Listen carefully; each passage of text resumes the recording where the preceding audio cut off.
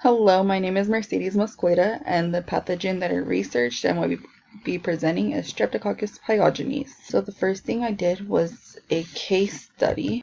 And the case study was about a 57-year-old man who had been experiencing shortness of breath for 2 days, but denied any other symptoms related to Streptococcus pyogenes or gas, which is a group A streptococcus.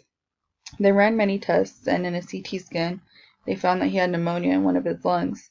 The doctor ended up giving the patient a few medications, but it ended up being much more serious. He ended up being admitted to the MICU for severe sepsis, which is secondary to community-acquired pneumonia. He got lucky that he went in when he did, because depending on how serious sepsis can get, it could kill you.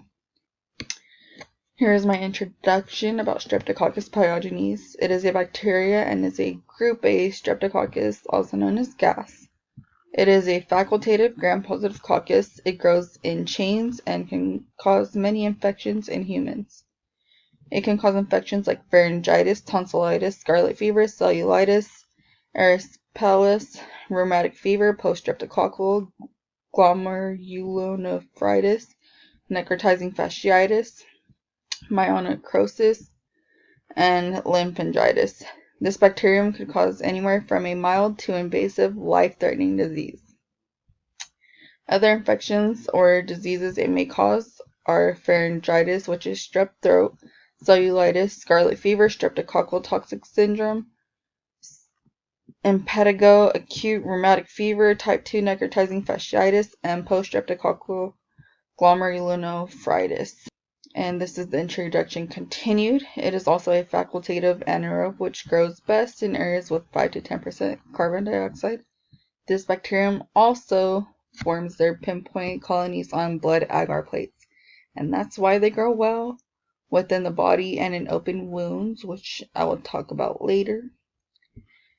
Here is a picture of these pathogen under the microscope, and here's the link to where I found that.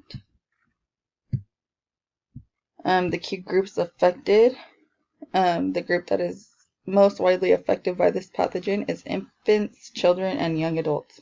Also, if you do contract Streptococcus pyogenes, you will usually experience issues with your skin or within your upper respiratory tract. Morbidity and mortality have been associated with this group of streptococcal infections for a long period of time. Cases also tend to increase in late winter and early spring, which is almost where we're near, so stay safe. The habitat for Streptococcus pyogenes is it can survive in dust for some period of time. I couldn't find really anything specific on how long it can survive in dust, but yeah, so you don't want to be around dust because that can also cause valley fever.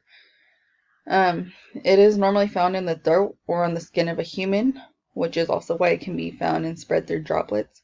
So someone sweating, someone sneezing, someone coughing, it's probably going to get on their skin.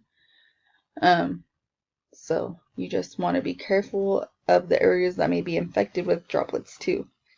This bacteria lives in the upper respiratory tract and most commonly affects children. Signs and symptoms of Streptococcus pyogenes are, well, there's different types of gas infections and diseases. They may cause dark reddish-brown urine, swelling in the body, less of an urge to urinate, fatigue, protein in the urine, hypertension, fever, severe pain, diarrhea, nausea, redder, warm, swollen skin, dizziness, pain, tender joints, painless lumps, jerky movement, rash on the skin, symptoms of congestive heart failure, red and itchy sores with fluid or pus, muscle aches, vomiting, rapid heart rate, low blood pressure, rapid breathing, organ failure, swollen glands in the neck, white coat on the tongue, pain when swallowing, a sore throat that occurred very rapidly, red and swollen tonsils, and swollen lymph nodes. There may also be long-term health conditions after any of these infections or diseases, but it is usually rare. If S. pyogenes infections are not treated effectively, the infections could lead to post-infectious sequelae, acute rheumatic fever, and post-streptococcal glomerulonephritis.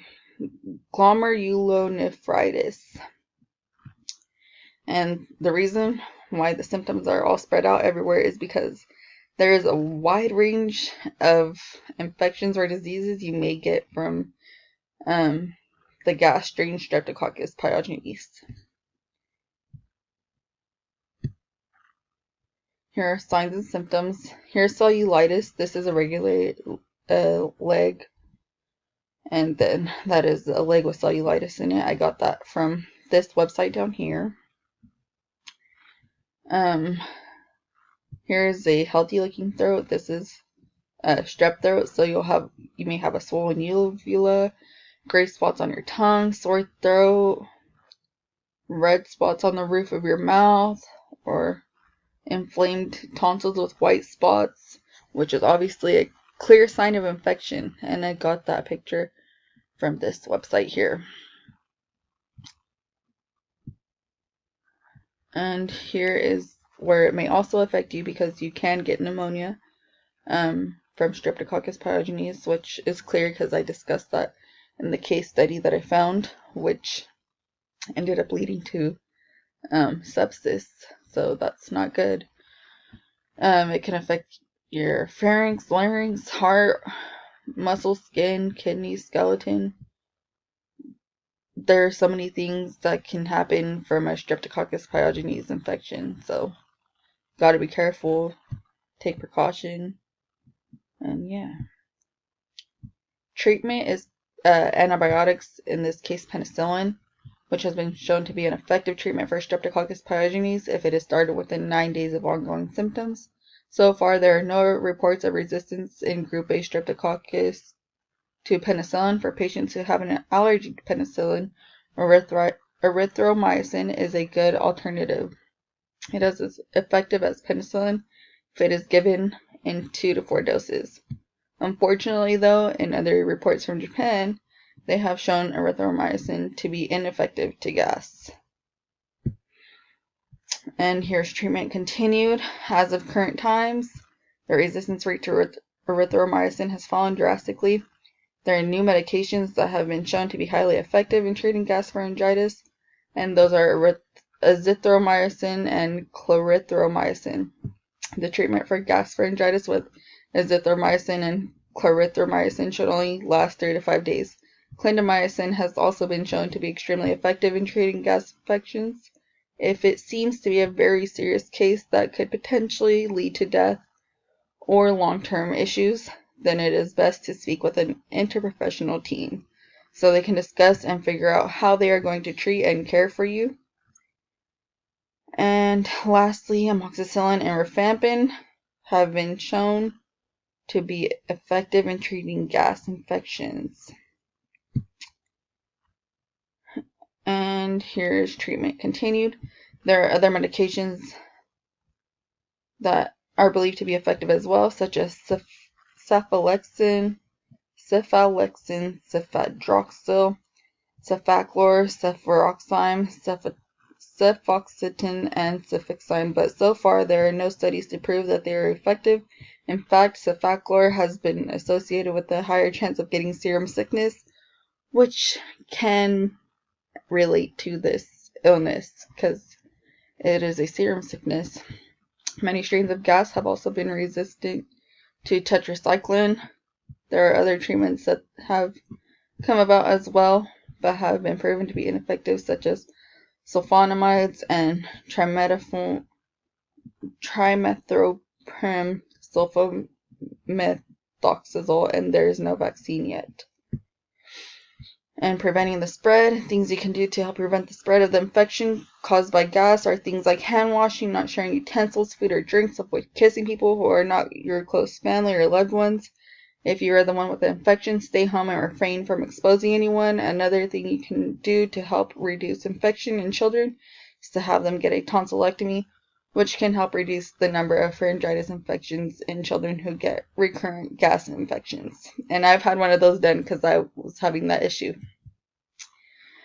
And the other thing, this just talks more about getting a tonsillectomy and how it can help. And you can provide yourself or your children with good wound care to prevent the spread, because it can't get into your wounds. So, yeah. Transmission is usually through droplets or touching something infected and getting into breaks in the skin. This is how it can be transmitted.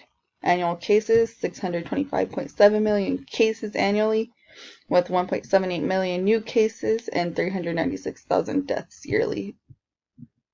And that is it. My works cited.